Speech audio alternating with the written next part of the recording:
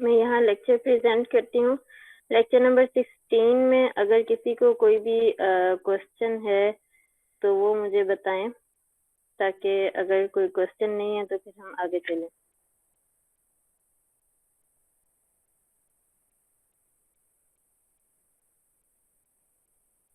जी, lecture number 16 जिसमें हमने पढ़ा था अबाउट मैट्रिक स्पेस के मैट्रिक स्पेस होती क्या है। उसकी कुछ एग्जांपल्स देखें जिनके मैंने प्रूफ भी करवाए थे। फिर अच्छा, यहाँ पे जो है ना, एक स्टूडेंट ने मेरे से क्वेश्चन किया था इस एग्जांपल में जहाँ डिस्क्रीट मैट्रिक को हम प्रूव कर रहे हैं। एक मिनट में ये ज्वाइन करा दूँ। अच्छा, ये जहाँ हम डिस्क्रीट मैट्रिक प्रूफ कर रहे हैं, ये एक स्टूडेंट ने क्वेश्चन किया था। ये जो लास्ट वाला प्रॉपर्टी जहाँ मैं चेक कर रही हूँ, यहाँ लिखा हुआ है D of x and Z is equal to D of x and Y plus D of Y and Z.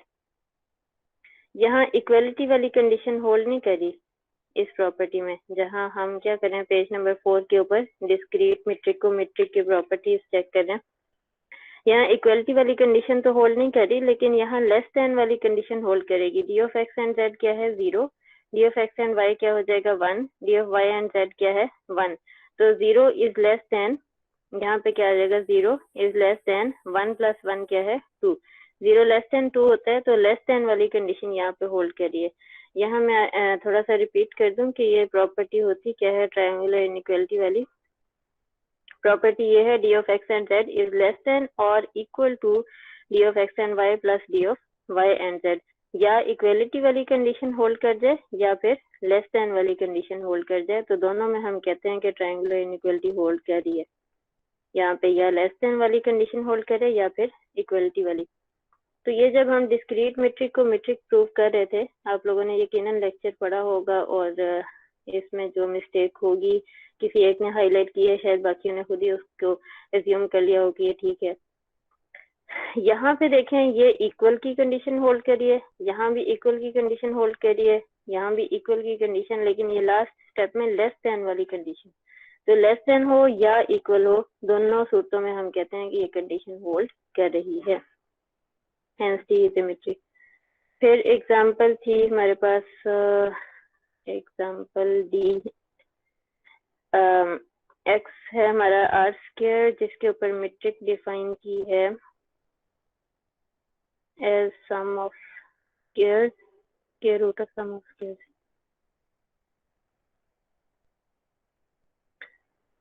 इसको भी मैट्रिक स्पेस प्रूव कर लिया हुआ है, और एक्सरसाइज में क्वेश्चंस हैं। हाँ, एक्सरसाइज के क्वेश्चंस ये कर लिए आप लोगों ने।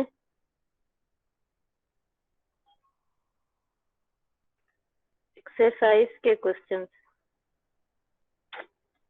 हाँ भाई, बीएससी में किए थे तो आप दोबारा कर लो अगर बीएससी में किए थे तो।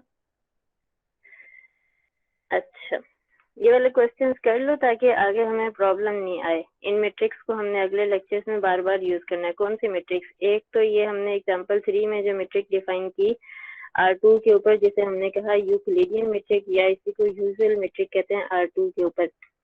फिर हमने R2 के ऊपर एक्सरसाइज में एक और मैट्रिक डिफाइन की, रो, जिसको नाम हमने क्या दिया है, स्क्वायर मैट्रिक। अच्छा, यहाँ पे मैंने ये नहीं लिखा हुआ, ये जो रो है इसका नाम है स्क्वायर मैट्रिक ऑन R2। मैंने आपको बताया था कुछ मैट्रिक्स को नाम स्पेसिफाई कर दिए हुए हैं। तो जी, ओ हाँ, ये क्वेश्चंस तो आपकी असाइनमेंट थी। असाइनमेंट मैंने अभी चेक नहीं की है, मैं करूंगी तो देखूंगी। एक दो मैंने की थी शायद, एक दो की थी, ठीक थी, अच्छी थी। तो ये स्क्वायर मैट्रिक हो गई, और एक और मैट्रिक R2 के ऊपर डिफाइन की हुई है D प्राइम, जिसके अंदर दोनों मॉड्स ऐड हो रहे हैं। और क्वेश्चन नंबर 3 आपकी असाइनमेंट में शामिल नहीं था, ये भी यकीनन आपने कर लिया होगा। अब हम लेक्चर अपना स्टार्ट करते हैं, लेक्चर नंबर 17। इसमें अब आ जाता है टोपोलॉजी इंड्यूस्ड बाय मैट्रिक, कि मैट्रिक से टोपोलॉजी कैसे बनती है। क्या हर मैट्रिक टोपोलॉजी बनाती है या नहीं बनाती, क्या हर टोपोलॉजी के लिए कोई ना कोई मैट्रिक होती है या नहीं होती। तो ये सब हम इस टॉपिक में देखेंगे। अब मैट्रिक्स से टोपोलॉजी बनाने के लिए जो बेसिक कॉन्सेप्ट हमें पहले चाहिए हम वो पढ़ लेते हैं। कितने बच्चे आ गए? 34। कॉन्सेप्ट क्या है? सबसे पहले हमारे पास डेफिनेशन है, let X and D be a matrix space for epsilon greater than 0 belonging to R, के एप्सिलॉन कोई भी रियल नंबर है greater than 0। This set for X belong to X, इस सेट इस तरह से लिखा हुआ है बी डी, ये सबस्क्रिप्ट में डी है। डी किस लिए यूज हो रहा है कि जो मैट्रिक्स आपने देखा है लेक्चर 16 में, एक सेट के ऊपर एक से ज्यादा मैट्रिक्स डिफाइन की जा सकती है, तो इसलिए हम जिस मैट्रिक को यूज करके ये वाला सेट फाइंड करेंगे, उस मैट्रिक को यहाँ हम मेंशन कर देंगे कि इस वाले मैट्रिक को यूज किया। यहाँ अगर मैट्रिक डी है तो हमने यहाँ लिख दिया बी डी।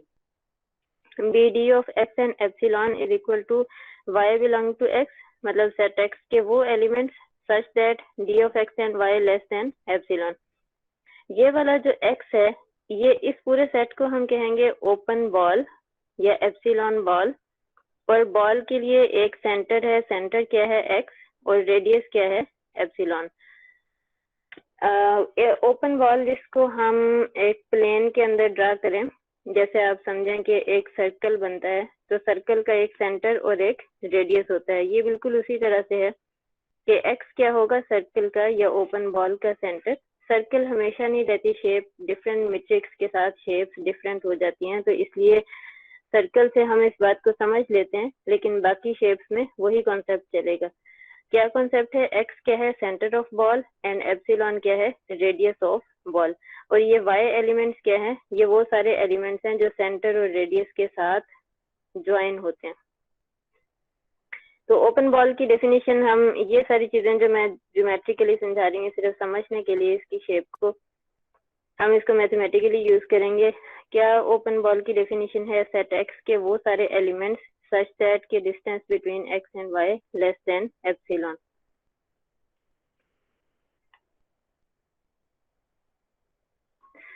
तो फिर हमारे पास एग्जांपल है जिसमें हम देखते हैं कि ओपन बॉल की कैलकुलेशन किस तरह की जा सकती है।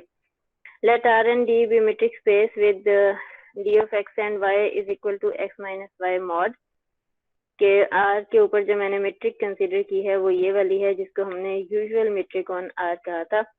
मैंने कहा कि फाइंड करना है बी ऑफ 0 एंड 1। आप यहाँ नोट करें 0 क्या है? हमारे x की वैल्यू है, और 1 क्या है? एप्सिलॉन की वैल्यू है। अभी हम कंपेयर कर लेते हैं इस वाले सेट के साथ। x की वैल्यू क्या है? 0, और एप्सिलॉन की वैल्यू क्या है? 1। तो इस सेट को कैसे फाइंड करेंगे? y बिलोंग टू r, यहाँ मैंने लिखा हुआ था y बिलोंग टू x, तो इस वक्त x हमारा क्या है? r। y belonging to r such that d of 0 and y less than 1, के डिस्टेंस बिटवीन 0 एंड y जो है वो लेस देन 1 होगा। अब डिस्टेंस की डेफिनेशन अगले स्टेप में यूज कर लेते हैं, वो क्या है? 0 minus Y mod less than 1। इससे अगले स्टेप में हम जो सिंप्लीफिकेशन कर सकते हैं हम वो करते जाएंगे। 0 माइनस वाई क्या आ जाएगा? माइनस वाई, लेकिन मॉड की वजह से मैंने उसको क्या लिख दिया?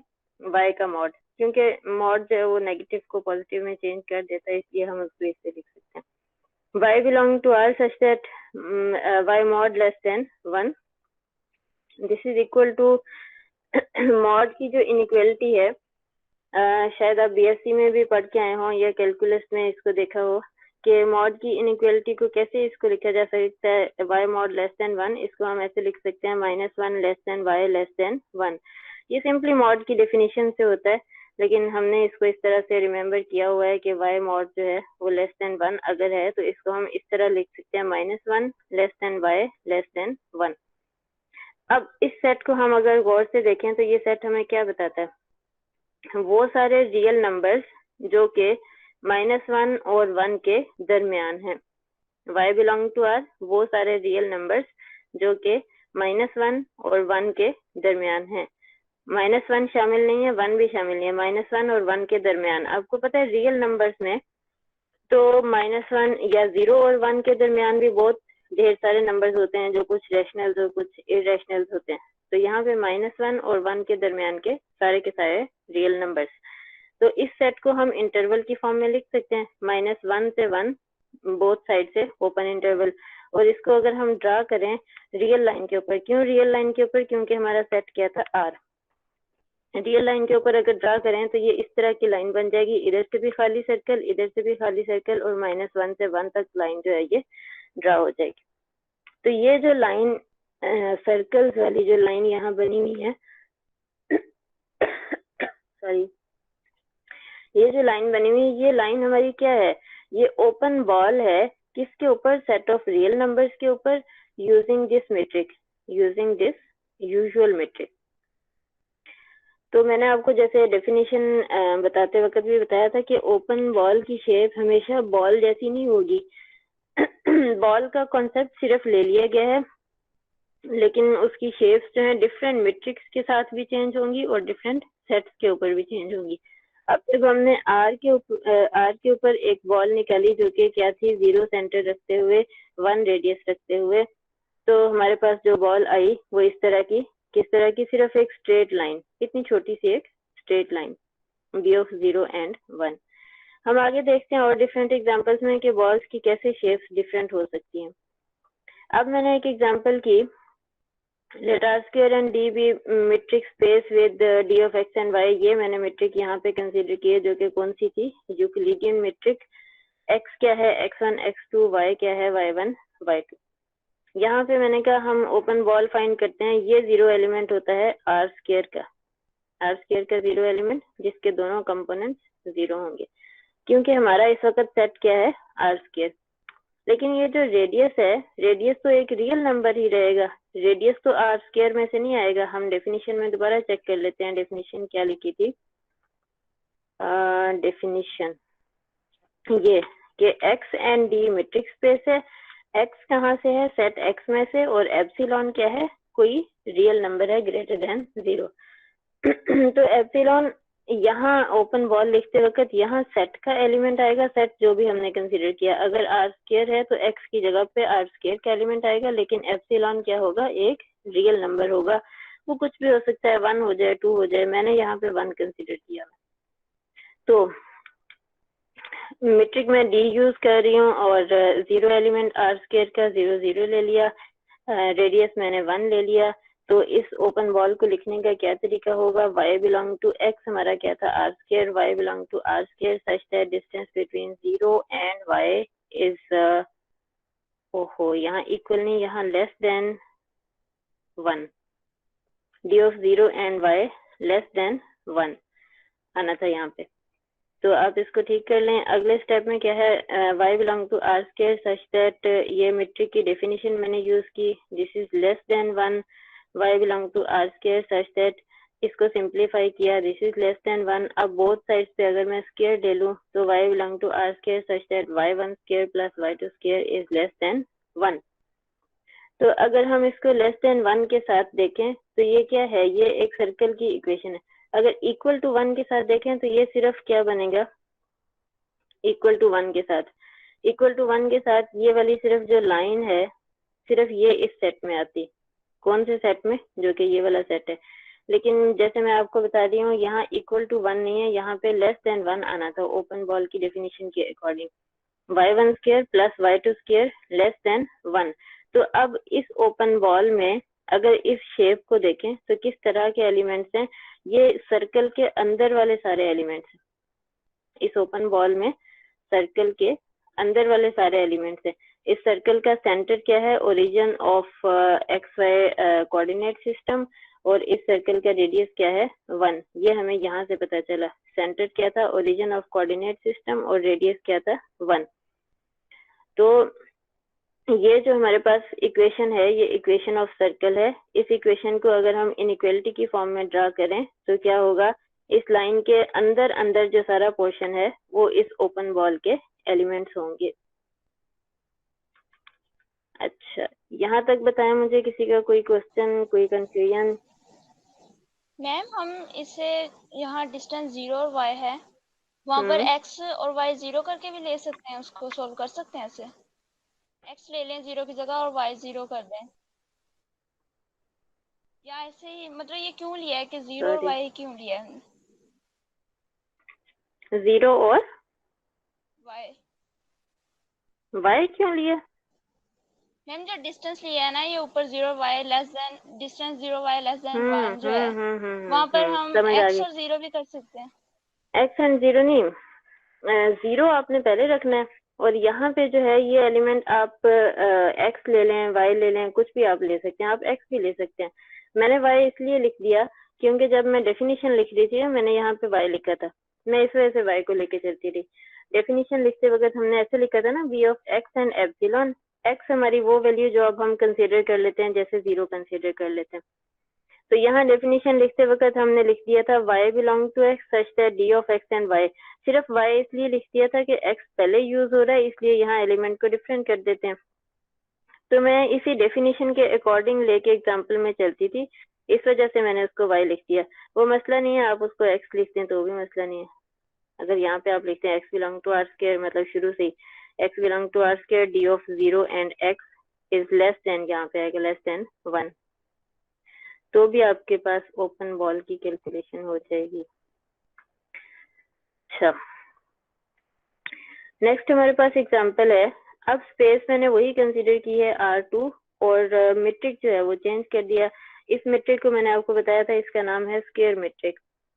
तो ये R2 इस मीट्रिक के साथ मीट्रिक स्पेस है, और इस मीट्रिक की डेफिनेशन मैंने यहाँ पे बता दी। मीट्रिक की डेफिनेशन क्या है, maximum of x1 minus y1 mod and x2 minus y2 mod, where x element ये है और y एलिमेंट ये है। तो इसकी ओपन बॉल हमने वही वाली ओपन बॉल निकालनी है 0 एंड 1, लेकिन यहाँ मीट्रिक चेंज हो गया। अब मीट्रिक क्या है, rho. The rho of 0 and 1 is equal to y belong to r square d of 0 and y, यहाँ फिर वही मिस्टेक है, यहाँ लेस देन 1 आएगा। फिर y belong to r square such that, मैंने d की डेफिनेशन यूज कर ली, दिस इज लेस देन 1। फिर y belong to r square such that maximum of y1 mod and y2 mod less than 1। अब ये जो है क्योंकि y1 और y2 की वैल्यूज तो हमें नहीं पता, तो हम ये अंदाजा नहीं लगा सकते कि इन दोनों में से मैक्सिमम क्या है। तो इसका मतलब है कि ऐसे ढेर सारे एलिमेंट्स होंगे, ढेर सारे एलिमेंट्स जिनकी मैक्सिमम वैल्यू जो है वो 1 से छोटी आएगी। तो ऐसे एलिमेंट्स को ड्रा करें अगर हम यहाँ पे, तो मैंने क्या किया है, मैंने 0 एलिमेंट को रखा है। 0 एलिमेंट आप देख सकते हैं ये ओरिजिन है कोऑर्डिनेट सिस्टम का, यहाँ ओरिजिन ऑफ कोऑर्डिनेट सिस्टम के ऊपर। बाकी मैंने कुछ एलिमेंट्स को लेके इसकी शेप यूं से ग्राफ बनाया, तो जब ग्राफ बनाया तो ये मेरे पास कैसी शेप बनी, ये स्क्वायर शेप बनी। आप यहाँ पे नोट कर सकते हैं, मैंने यहाँ पॉइंट्स लिखे हैं -1 एंड 1। आप इसको चेक कर लो कि क्या -1 एंड 1 जो है वो इस इक्वेशन को सेटिस्फाई करता है। -1 और 1 का मैक्सिमम क्या आएगा, 1 आएगा। इसका मतलब है कि ये जो पॉइंट है -1 एंड 1 इस इक्वेशन को सेटिस्फाई करता है। फिर ये वाला पॉइंट हम देख लेते हैं। मैं ये 4 पॉइंट्स जो लिखे हुए सिर्फ इन पॉइंट्स को चेक करके बता रही हूँ। असल में क्या करना था, ऐसे सारे पॉइंट्स लेने थे जो इस इक्वेशन को सेटिस्फाई करते, और फिर इस इक्वेशन से हमने ये लाइन बना लेनी थी। और फिर क्योंकि हमारी बॉल के अंदर तो कैसे एलिमेंट्स आने थे, maximum of this and this less than 1, तो बॉल के एलिमेंट्स क्या होंगे, इस स्क्वायर के अंदर वाले सारे एलिमेंट्स। तो हम यहाँ इन चारों पॉइंट्स को चेक कर लेते हैं। बाकी पॉइंट्स को हम यहाँ चेक इसलिए नहीं कर रहे क्योंकि वो बहुत ढेर सारे पॉइंट्स हैं और वो लंबा काम हो जाएगा। तो मैंने इनको सारे पॉइंट्स को चेक करके ये ग्राफ बनाया है। ग्राफ इसी शेप का बनता है, ठीक है।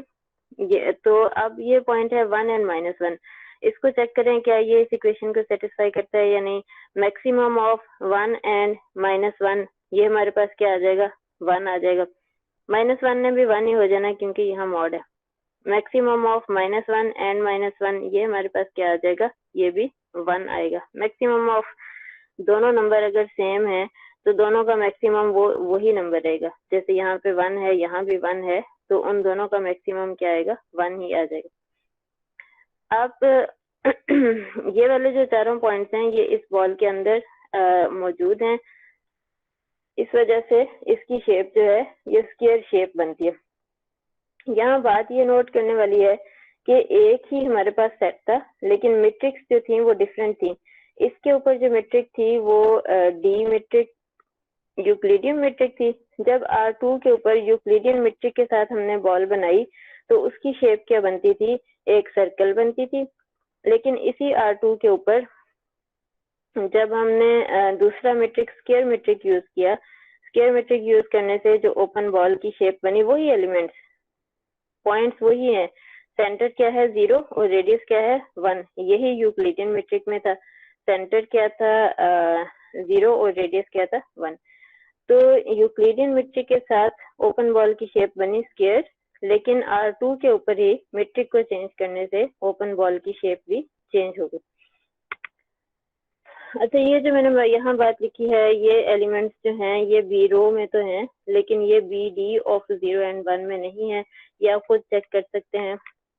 जैसे ये पॉइंट है -1 and 1, इसको बी डी के अंदर चेक करते हैं, क्या ये बी डी में जाएगा।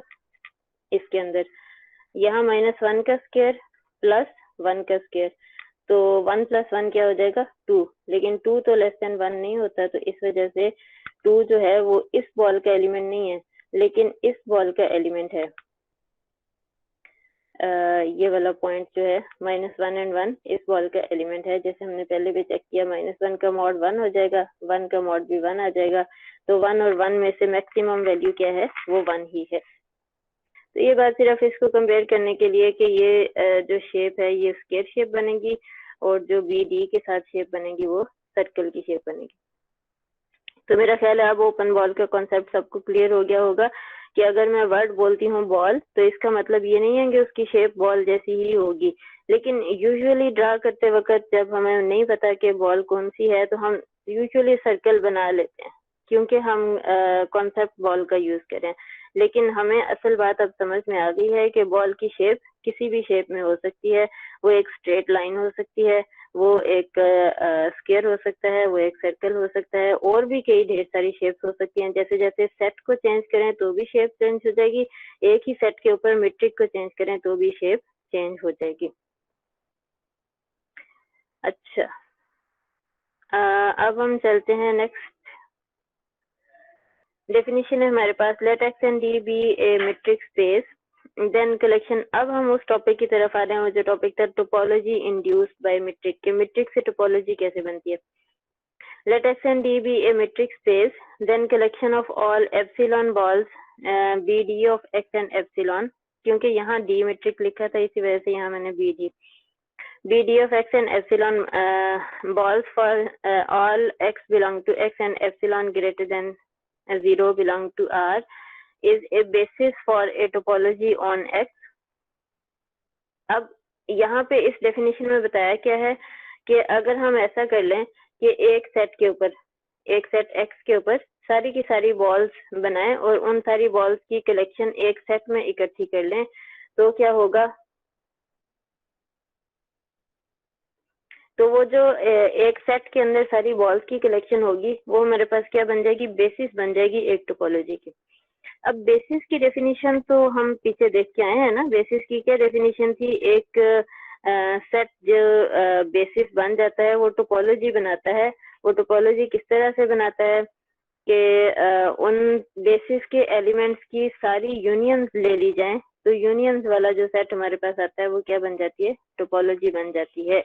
ये हम अब लेक्चर नंबर तो मुझे याद नहीं है, पीछे हम ये बातें करके आए हैं कि बेसिस से टोपोलॉजी कैसे बनती है। बेसिस की डेफिनेशन तो थोड़ी सी डिफरेंट थी, जिसमें हम ये कहते थे कि सेट एक्स का हर एलिमेंट बेसिस के किसी ना किसी एलिमेंट में होगा, और सेट एक्स का एक एलिमेंट जो है वो अगर बेसिस के 2 एलिमेंट्स में है तो किसी तीसरे एलिमेंट में भी लाजमी होगा, सच दैट कि वो तीसरा एलिमेंट उन दोनों में कंटेन करता हो। ये बेसिस की डेफिनेशन थी। लेकिन ये बात तो आप सबको याद होगी ही कि बेसिस से टोपोलॉजी कैसे बन जाती है। बेसिस के एलिमेंट्स की सारी पॉसिबल यूनियंस लेने से हमारे पास टोपोलॉजी बन जाती है। तो अब मैट्रिक से टोपोलॉजी कैसे बनेगी, अगर एक मैट्रिक है तो मैट्रिक के ऊपर सारी ओपन बॉल्स को इकट्ठा कर लें एक सेट में, collection of all open balls, तो फिर वो क्या होगा, वो बेसिस बन जाएगी एक टोपोलॉजी की। तो अगर बेसिस बन गई तो बड़ी सिंपल सी बात है कि हम उससे टोपोलॉजी भी बना सकते हैं। तो ऐसे जो बेसिस मैट्रिक से बेसिस बनाई और फिर बेसिस से टोपोलॉजी बनाई, तो ऐसी टोपोलॉजी बनने वाली को क्या नाम दिया गया, metric topology induced by D. तो यहाँ पे हम ये कह रहे हैं कि हर मैट्रिक को यूज करते हुए हम एक टोपोलॉजी बना सकते हैं। अगर हमने एक सेट के ऊपर एक मैट्रिक डिफाइन कर ली है तो हर मेट्रिक को यूज करते हुए हम एक टोपोलॉजी बना सकते हैं। लेकिन इसका जो कन्वर्स है वो हमेशा होल्ड नहीं करता। कन्वर्स क्या हुआ कि क्या हर टोपोलॉजी के लिए एक मेट्रिक डिफाइन की जा सकती है? ये जो डेफिनेशन है, ये डेफिनेशन हमें ये तो बताती है कि हर मेट्रिक से एक टोपोलॉजी बन सकती है, लेकिन कन्वर्स स्टेटमेंट क्या बनेगी कि क्या हर टोपोलॉजी के लिए एक मेट्रिक डिफाइन की जा सकती है? तो ऐसा पॉसिबल नहीं है। कुछ केसेस में पॉसिबल है और कुछ केसेस में पॉसिबल नहीं है। इसकी एग्जांपल आप लोग बनाएंगे और फिर मुझे दिखाएंगे कि कौन सी ऐसी टोपोलॉजी है। चलो सेट एक्स डिफाइन कर लेते हैं ABC, और सेट एक्स के ऊपर आप एक टोपोलॉजी बनाएंगे और उस टोपोलॉजी के लिए चेक करेंगे कि क्या कोई मेट्रिक डिफाइन की जा सकती है या नहीं की जा सकती। अच्छा, आप लोग इस क्वेश्चन को करेंगे, थोड़ा इंटरनेट पे सर्च करें, थोड़ा एक दूसरे से मशवरा लें। अगर ये आपने कर लिया तो वेल एंड गुड, अगर नहीं हुआ तो फिर अगले लेक्चर में मैं आपको बताऊंगी, ताकि अगले लेक्चर तक आप इस बात को सोचें। जैसे आप सोचेंगे तो आपको टोपोलॉजी जो है वो समझ आना शुरू होगी। अच्छा, इस डेफिनेशन को मैं एक बार रिवाइज कर दूं। डेफिनेशन क्या थी कि अगर x एंड d हमारे पास मैट्रिक्स स्पेस है तो हम क्या करें, इस d को यूज करते हुए सेट x के ऊपर सारी ओपन बॉल्स को कैलकुलेट कर लें।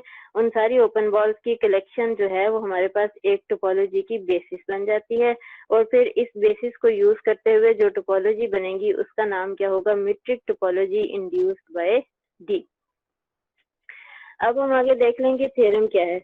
Prove that the collection of epsilon balls is basis. Theorem में हमने यही बात प्रूव की है। ये जो बात हम यहाँ डेफिनेशन में बता रहे थे कि ये जो एप्सिलॉन बॉल्स की कलेक्शन है ये बेसिस बन जाती है, तो यहाँ हमने इस बात को प्रूव भी कर दिया कि ये बेसिस बन जाती है। तो बेसिस की डेफिनेशन डेफिनेशन के अकॉर्डिंग पहला स्टेप क्या था, for each x belong to X there exist, कि हमारे पास जो बेसिस है उसके अंदर कोई ना कोई एलिमेंट जरूर मौजूद हो सच दैट कि एक्स बिलोंग करे। अब ये देखो कि B of x and epsilon, अगर हमने एक ओपन बॉल कैलकुलेट की है इसी एलिमेंट एक्स को यूज करते हुए, तो ये एलिमेंट एक्स इससे बिलोंग करता है।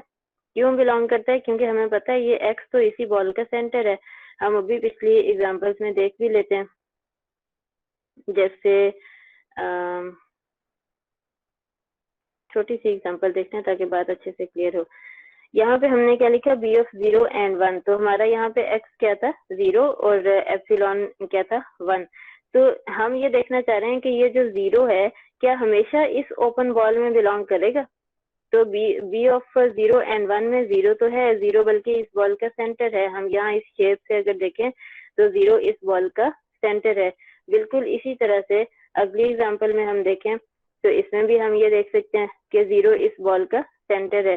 तो सेट एक्स के हर एलिमेंट के ऊपर जब हम ओपन बॉल कैलकुलेट करते हैं तो हमें पता चलता है कि ये एक्स जो है ये किसी ना किसी ओपन बॉल का सेंटर जरूर होगा। For each x belong to X there exist B of x and epsilon, कोई ओपन बॉल जो कि इसी एक्स के अबाउट बनेगी सच दैट कि एक्स इस ओपन बॉल से बिलोंग करेगा। तो बेसिस की डेफिनेशन आप में से किसी को याद है ये कौन से लेक्चर में था बेसिस का कॉन्सेप्ट? ये है सबस्पेस टोपोलॉजी, लेक्चर नंबर 9। क्या जरूरत है मुझे बेसिस की डेफिनेशन सामने ओपन करने की, या फिर हम इसी तरह आगे चलें?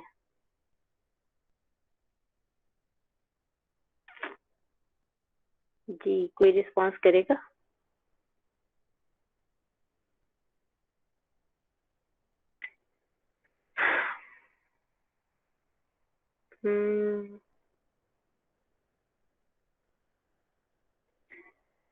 बेसिस की डेफिनेशन मुझे याद नहीं है कि हमने कौन से लेक्चर में की थी।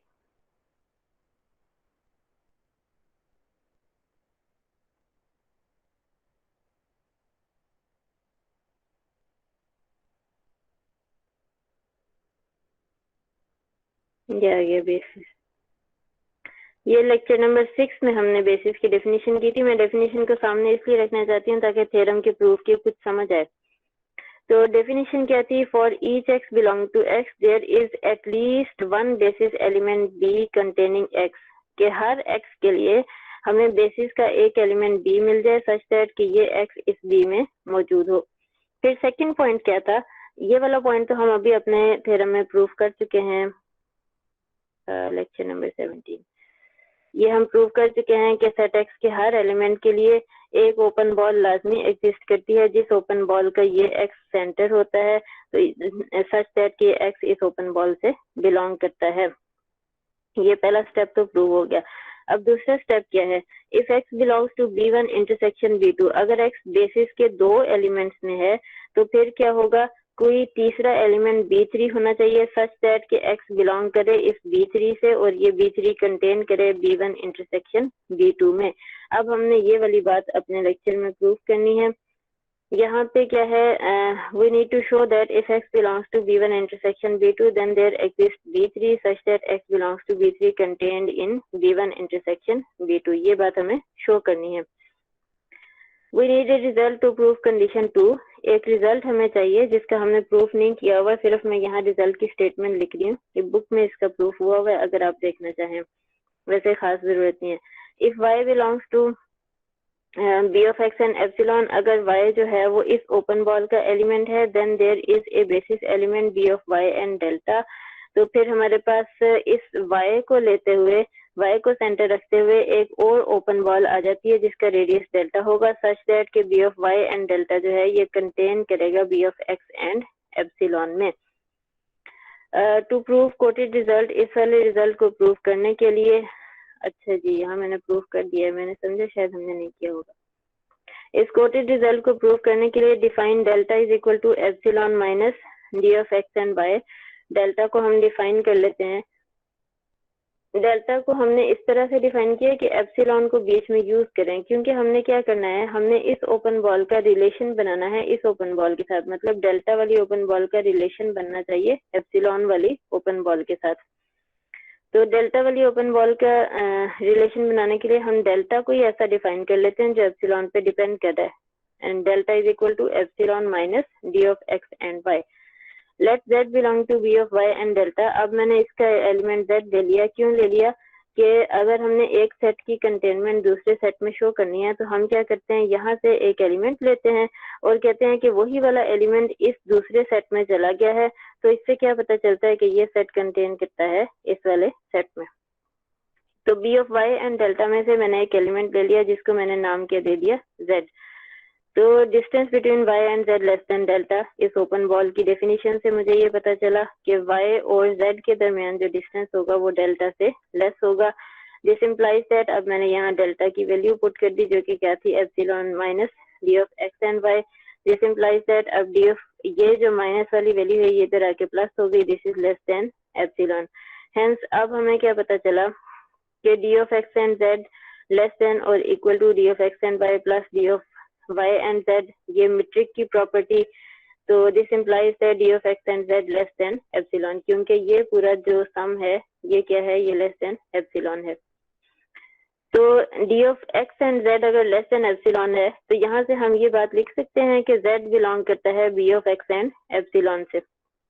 मतलब अब एप्सिलॉन रेडियस और x क्या है, centre. D of x and z less then अगर एप्सिलॉन आ गया है तो हम ओपन बॉल की डेफिनेशन से ये लिख सकते हैं कि z एलिमेंट बिलोंग करेगा b of x and z से, x एंड एप्सिलॉन से। हमने z कहाँ से लिया था, b of y and delta में से लिया था, और अब यही वाला z कहाँ चला गया है, b of x and epsilon में चला गया है। तो हमें क्या पता चला कि b of y and delta contained in b of x and epsilon. तो ये चीज हमने शो कर दी जो हमने रिजल्ट यहाँ कोटेड फॉर्म में लिखा था। कोटेड फॉर्म का मतलब इन्वर्टेड कॉमर्स के अंदर लिखा हुआ है। तो रिजल्ट की स्टेटमेंट दोबारा से देखते हैं। अगर y बिलोंग करता है एक ओपन बॉल से तो इस y के अबाउट हमें एक और ओपन बॉल मिल जाती है सच दैट कि ये जो नई ओपन बॉल है ये कंटेन करती है पहले वाली ओपन बॉल में, कि b of y and delta contain करता है b of x and epsilon में। सॉरी। तो इस रिजल्ट को यूज करते हुए हम अपने उस पे आते हैं बेसिस प्रूव करने के लिए। Let b1 and b2 be two basis elements and let y belong to b1 intersection b2। अगर y एक एलिमेंट है इन दोनों के इंटरसेक्शन में से, then by above result there exist delta 1 and delta 2 such that b of y and delta 1 contain करेगा b1 में। कि क्योंकि B1 एक बेसिस का एलिमेंट है, इसका मतलब है B1 कोई ओपन बॉल है, ठीक है। तो अगर Y हमारे पास एलिमेंट है B1 का और Y एलिमेंट है B2 का, तो B1 के लिए भी एक ओपन बॉल होगी इस Y के अबाउट Δ1 रेडियस के साथ, ये जो B1 में कंटेन करेगी। फिर B2 के लिए भी एक ओपन बॉल होगी इस Y के अबाउट विद रेडियस Δ2 जो कि B2 में कंटेन करेगी। ये हमने इसी रिजल्ट को यूज किया। तो अगर अब हम ऐसा करें कि delta equal to minimum of Δ1 Δ2 के Δ1 और Δ2 दोनों में से छोटी वाली वैल्यू को नाम दे दें डेल्टा का, then B of Y and delta contain करेगा B1 में भी और B of Y and delta contain करेगा B2 में भी। B of Y and Δ1 contain कर रहा था B1 में, B of Y and Δ2 contain कर रहा था B2 में। अब अगर हमने Δ1 और Δ2 दोनों में से छोटी वाली वैल्यू को नाम क्या दे दिया है डेल्टा का, तो जाहिर सी बात है कि वो y एंड डेल्टा वाली जो ओपन बॉल है वो B1 में भी होगी और B2 में भी होगी। अब अगर ये ओपन बॉल B1 में भी है और B2 में भी है तो वो जाहिर है इन दोनों के इंटरसेक्शन में भी है। तो यही चीज तो हमने शो करनी थी कि अगर एक एलिमेंट y है जो कि B1 इंटरसेक्शन B2 में है, तो बेसिस का कोई और एलिमेंट भी होना चाहिए सच दैट कि वो जो तीसरा एलिमेंट है वो कंटेन करे B1 इंटरसेक्शन B2 में। यही हमें बेसिस के लिए शो करना था। तो हमने इस तरह में ये प्रूव कर दिया कि कलेक्शन ऑफ ओपन बॉल्स जो है किसी मेट्रिक D को यूज करते हुए वो बेसिस बन जाती है किसी टोपोलॉजी की, और उस बेसिस को यूज करते हुए हम एक टोपोलॉजी बना सकते हैं। We can define topology induced by metric as, हम टोपोलॉजी इंड्यूस्ड बाय मेट्रिक को ओपन सेट की डेफिनेशन को यूज करते हुए भी डिफाइन कर सकते हैं। क्या है? A set U is open in metric topology induced by D if and only if for each x belong to U there exists epsilon greater than 0 such that V D of x and epsilon contained in U। ये वही open set की definition है जो हम पहले भी करके आए थे, यकीनन लेक्चर 7 में होगी, जहाँ पे हमने ये देखा कि बेसिस को यूज करते हुए टोपोलॉजी कैसे बनती है। तो वहाँ पे भी टोपोलॉजी की डेफिनेशन ओपन सेट के को यूज करते हुए यही थी कि a set U is open in metric topology, मतलब एक सेट यू जो है वो ओपन होता है अगर उसमें अगर बेसिस का एक एलिमेंट एग्जिस्ट करे such that for each x belong to U, X belong करे बेसिस के एलिमेंट से और बेसिस के एलिमेंट कंटेन करे यू में। तो वहां पे हम बेसिस का एलिमेंट कहते थे, यहाँ हम ओपन बॉल कह देंगे। तो a set U is open in metric topology induced by d if and only if for each x belong to U there exist epsilon greater than 0 such that B D of x and epsilon contained in U. कि ये open ball x तो इस open ball में है ही, ये open ball contain करेगी you में, तो यू को हम क्या कहेंगे? ओपन सेट इन मेट्रिक टोपोलॉजी। नेक्स्ट हमारे पास एक्सरसाइज। अच्छा, एक्सरसाइज से पहले आप मुझे बताएं अगर कोई कंफ्यूजन है तो आप पूछ लें।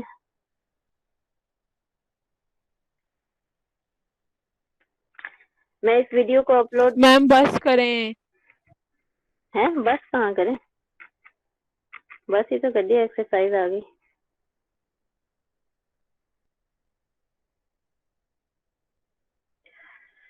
वीडियो को मैं अपलोड करूंगी तो आप लोग इस वीडियो को दोबारा सुनते हुए दोबारा इसको लेक्चर को देखें ताकि आपको अच्छे से इसकी समझ आए, और जो चीज नहीं समझ आती वो अगले लेक्चर में मुझसे पूछें। और जैसा कि मैंने आपको एक क्वेश्चन दिया है, यहाँ मैंने क्या लिखा है? Proof that the topology induced by discrete metric. हाँ, ये एक्सरसाइज तो बहुत ही अहम है इस लेक्चर की। Prove that the topology induced by discrete metric. अब मैंने डिस्क्रीट मेट्रिक को यहाँ पे डिफाइन नहीं किया, आपको पता है पिछले लेक्चर नंबर 16 में डिस्क्रीट मेट्रिक की डेफिनेशन दी हुई, आप वहां से देख सकते हैं। डिस्क्रीट मेट्रिक अब सेट डिफाइन कर दिया x is equal to A B C के ऊपर, एंड डिस्क्रीट मेट्रिक डिफाइन करनी है इस डिस्क्रीट टोपोलॉजी।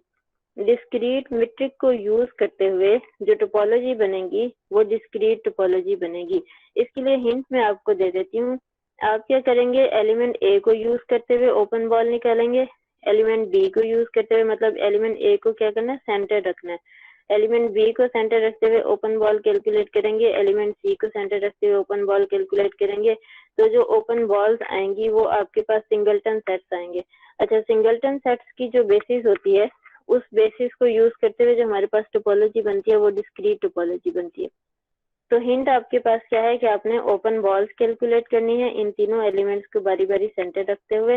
तो ओपन बॉल्स आपके पास क्या आने चाहिए, सिंगलटन सेट्स आने चाहिए। ए के अबाउट जो ओपन बॉल होगी उसमें ए की एलिमेंट ए आना चाहिए, बी के अबाउट जो ओपन बॉल होगी उसमें ए की एलिमेंट बी आना चाहिए। इस क्वेश्चन में आपने काम ये करना। ये काम करने के बाद हमें ये स्टेटमेंट क्या बताती है कि topology induced by discrete metric on X is discrete topology on X. Question number 2 में क्या है कि BD ऑफ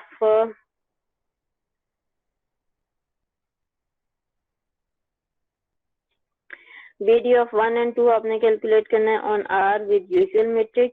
क्वेश्चन नंबर 3 ये बहुत ही आसान है, जैसे मैंने 0 and 1 कैलकुलेट किया हुआ है, आपने 1 and 2 कैलकुलेट करना है। क्वेश्चन नंबर 3 में BD of 1 and 2 and B rho of 1 and 2 calculate करना है on R2 with metric D and rho respectively as both defined in lecture. D भी डिफाइंड है लेक्चर में और रो भी डिफाइंड है।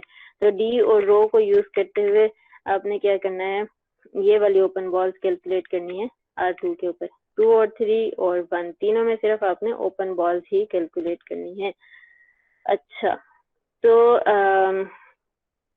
कल फिर हमारा लेक्चर है और मंडे को आपका क्विज होगा लेक्चर नंबर 16 एंड 17 में से।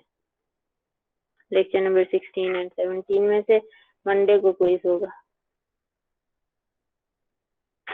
ओके जी बच्चों, अब मुझे बताओ कोई कंफ्यूजन, कोई प्रॉब्लम, नहीं तो मेरी अगली क्लास का टाइम हो रहा है। हाँ जी, लेक्चर मैं अपलोड कर देती हूँ। अच्छा जी, क्विज LMS पे बड़ा मसला हो जाता है, आधे बच्चे आ पाते हैं आधे नहीं आ पाते, तो इस वजह से उसी तरह से लूंगी जैसे मैं पहले लेती रही हूँ। अगर MCQs बनाए भी तो भी पेज पे ही बना के भेजूंगी व्हाट्सएप पे। लेक्चर 16 और 17 का क्विज होगा बस, मंडे को होगा। अच्छा, मंडे नहीं चाहते तो आप हम डे ट्यूसडे कर लेंगे, ऐसे कर लेंगे।